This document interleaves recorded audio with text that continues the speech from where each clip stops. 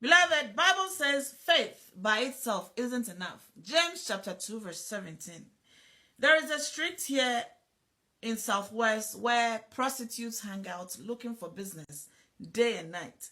Should a woman who isn't a prostitute dress like a prostitute and hang out on that street, the men who are looking to pick up prostitutes will assume that that woman is a prostitute and they will attempt to pick her up, right? We naturally attract the people we have something in common with.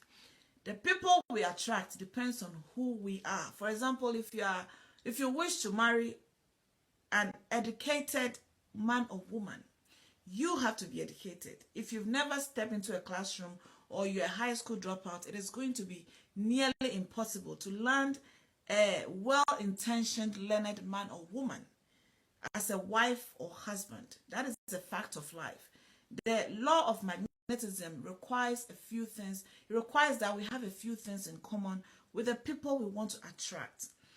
If you have been praying to Jehovah Nissi, asking him to give you a wife or a husband, and you haven't been able to find that person, the right person, it's not because God has abandoned you or that he doesn't answer prayers. It is because you are going about it the wrong way. Beloved, for example, a man who isn't educated, a man who can barely speak English, prays to God and asks him to give him a well-educated wife.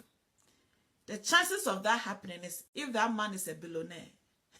Otherwise, they can pray all their lives and they will never find a woman who is well-educated, willing to settle with a man who can barely speak English. That is a fact of life. James chapter 2 verse 14. Bible says if you have faith, if you say you have faith, but you don't have the actions to show for it, Bible says, can that kind of faith save anyone? And the answer is no. Faith and action has to be paired together. I have been saying this for so long. If you've been listening to my sermons, you know I say this all the time. Faith without works is dead. You are praying, but you have to do your part. You want to attract a certain kind of person, a certain type of man or woman. You need to be that person, right? If you are somebody who curses a lot or someone who is disrespectful and inconsiderate, that is exactly what you attract.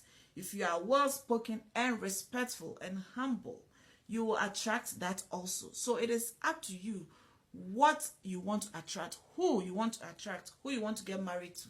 Entirely up to you. You can pray all you want, but you've got to do your part. My name is Reverend Mrs. Naomi Antwi. I thank you for watching. May the Almighty God bless